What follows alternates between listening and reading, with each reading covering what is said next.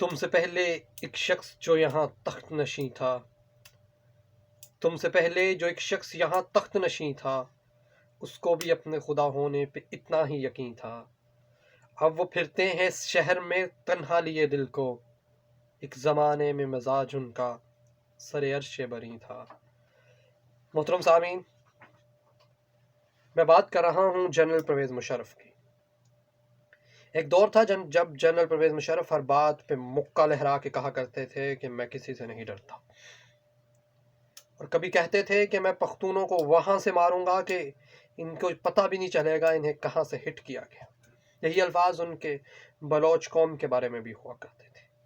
نہیں چھوڑا انہوں نے کبھی بھی مذہبی طبقے کو بھی، ہر دور میں ہر قیمت پہ ہر داڑھی والے کو اٹھا کے بیچ دیا، قوم کی بیٹیوں تک کو انہوں نے فروخت کر دیا، اور مزاج یوں تھے کہ جیسے ان سے بڑا خدا اس دنیا میں تھا ہی نہیں۔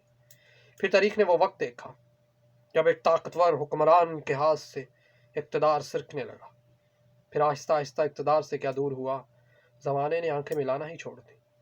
پھر اسی حکمران کو ایک وقت ہوا کہ اپنے وطن کی زمین اس کے لیے تنگ ہو گئی، ملک سے بھاگنا پڑا، آیات و عدالتوں کے چکر کاٹنے پڑے، انہی لوگوں کے سامنے جھکنا پڑا جو لوگ جن کو کل وہ اپنے سامنے جھکا رہا تھا۔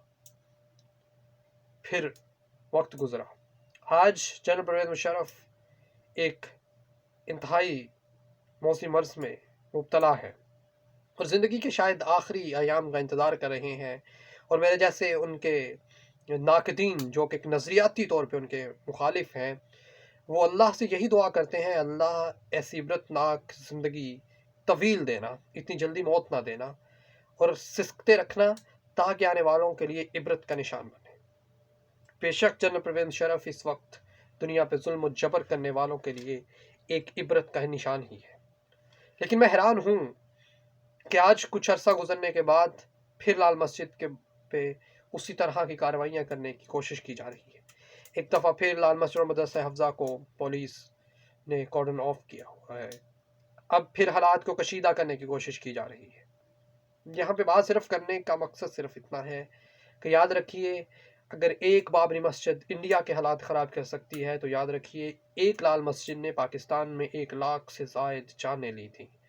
اگر دوبارہ اس لال مسجد کو چھیڑا گیا تو شاید حالات پہلے سے زیادہ بدتر ہوں گے، کیونکہ تب وہ دور تھا جب افغانستان کے اندر امریکہ کی فوجیں بہت منظم تھیں، لیکن اب وہ وقت نہیں۔ اب مذہبی طبقہ افغانستان کے اندر بہت بڑی قوت کے اندر موجود ہے۔ ملک کے اندر بھی اب مذہبی طبقے کی وہ پہلے جیسے حالات نہیں رہے۔ افغانستان کے حالات بدلتے ہی ملک کے اندرونی طور پہ بھی ملک میں مذہبی طبقہ کافی مضبوط ہوا ہے۔ اگر دوبارہ ملک کے اندر لال مسجد جیسے ایشوز کو دوبارہ چھیڑا گیا تو اس کے حالات، اس کے نتائج بہت سنگین ہوں گے۔ شاید ادارے اس بات کو ہم سے زیادہ اچھے طریقے سے جانتے ہیں۔ اب ضرورت اس امر کی ہے کہ ہوش کے ناخن لیے جائیں اور عمران خان اس تاریخ کو دوبارہ دہرانے کی کوشش نہ کریں جو کہ بہت ہی عبرتناک ہے۔ اس تاریخ میں لال مسجد کے ایک آپریشن کے بعد ملک کے اندر ہزاروں سیکیورٹی اداروں کے اہلکار شہید ہوئے۔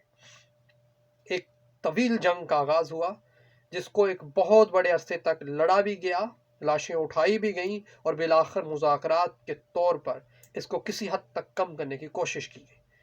لیکن یاد رکھیے، اگر آج پھر ملک کے اندر چند ڈالرز اور چند لوگوں کی خوشنودی حاصل کرنے کے لیے اگر ایسا قدم اٹھایا گیا تو یہ یاد رکھیے گا کہ صرف مذہبی طبقے پہ حملہ نہیں ہوگا، بلکہ پہلے ہی بلوچستان اور خیبر پختونخوا آپ کے ہاتھوں سے سرک رہا ہے۔ پختون اور بلوچ قوم کے اعتماد آپ پہلے ہی کھو چکے ہیں۔ اگر آپ مذہبی طبقے کا بچا کھچا اعتماد اگر آپ نے اب کھویا تو پھر مزید کچھ کھونے کے لیے باقی نہیں ہوگا۔ ہمیں احتیاط کرنی چاہیے کہ ہم کہیں ایسے رستے پہ نہ چلیں جس رستے پہ مشرف پہلے چل چکے ہیں، اور عمران خان صاحب شاید ان کے ہاتھ میں تو کوئی اختیار ہی نہیں، لیکن ان کو کسی حد تک ہوش کے ناخن لینے چاہیے۔